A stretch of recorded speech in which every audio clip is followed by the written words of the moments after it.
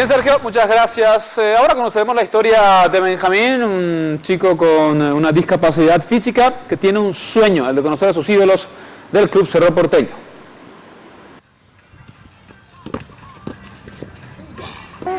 Vamos a hacer tortilla.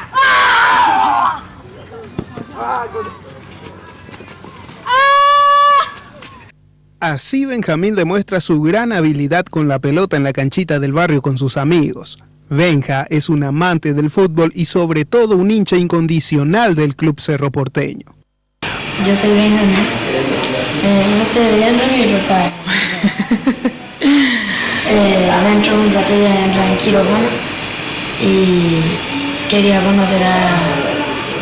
mandarle saludos a los planteles de Cerro Porteño.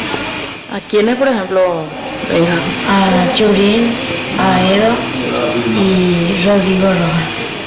Ellos son los que más admiras. ¿Por qué?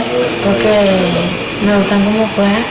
¿Te gusta cómo juegan? Sí, y por lo menos quiero verla en persona. ¿Te gustaría verla en persona? Sí, y que me traigan por mi camiseta. Su madre, doña Lourdes, comenta que la pasión de Benjamín por el fútbol empezó desde muy pequeño. El fútbol ama. Desde bebé en la cuna con sus tíos, le tiraban la pelota ahí en la cuna y él era blam, blim, blam. Le pasaba y pota, te decía. Le tenías que pasar. Él era desde bebé. Comenta que no se pierde ni un partido de su querido Ciclón y siempre alienta a los jugadores en las buenas y en las malas. Fanático de Cerro, es loco por Cerro y tiene sus ídolos. Y partidos no se pierden.